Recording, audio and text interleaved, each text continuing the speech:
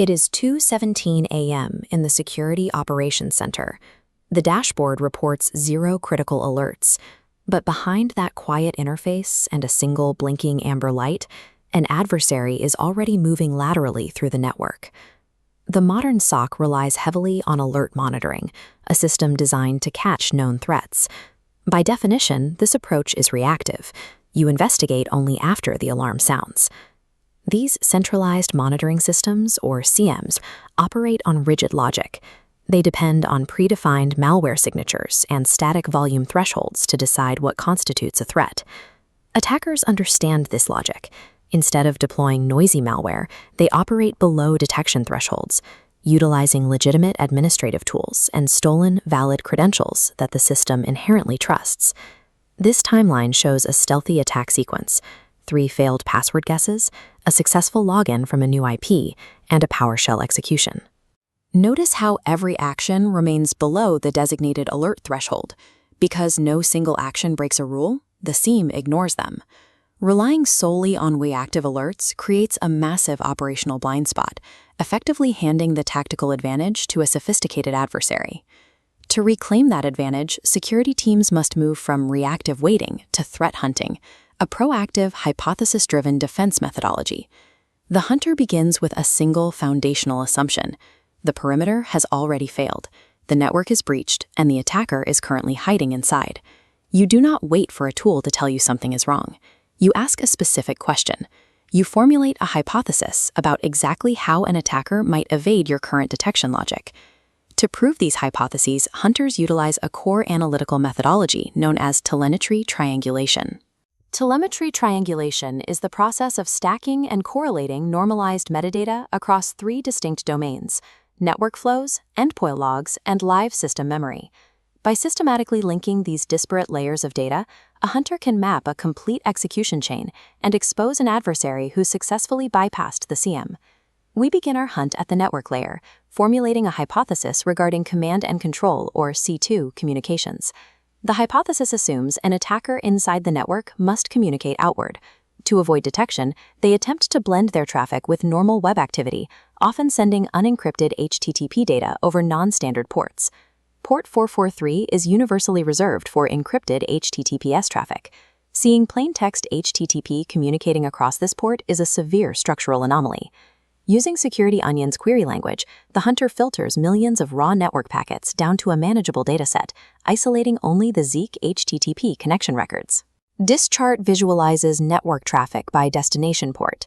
Isolating port 443 surfaces anomalous, unencrypted HTTP requests hiding within encrypted volume. Sorting this by request body length transforms the chart into a scatterplot, revealing a uniform cluster of repeating packet sizes. Humans browsing the web generate random, highly variable traffic.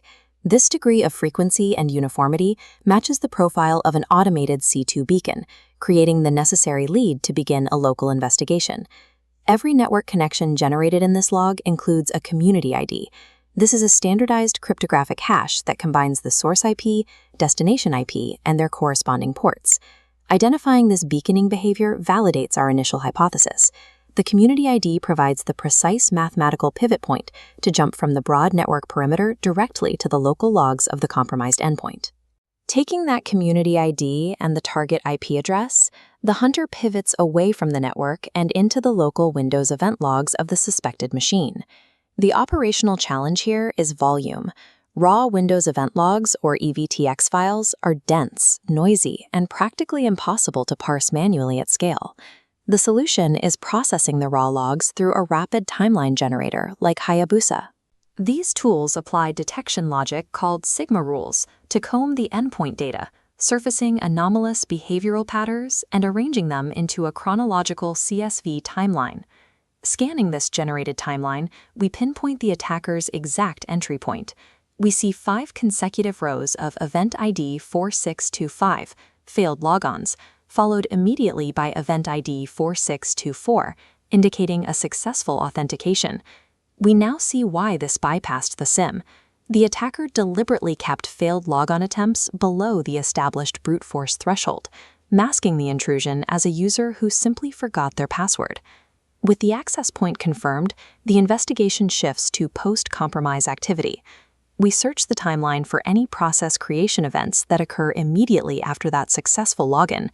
The timeline reveals an event ID 4688. This documents a highly suspicious encoded PowerShell execution originating from WSM Provhost, a process used for PowerShell remoting. Correlating a stealthy login pattern with a subsequent encoded PowerShell execution proves the endpoint is under hostile control. To find the payload that script actually deployed, we must dive into the system's live memory.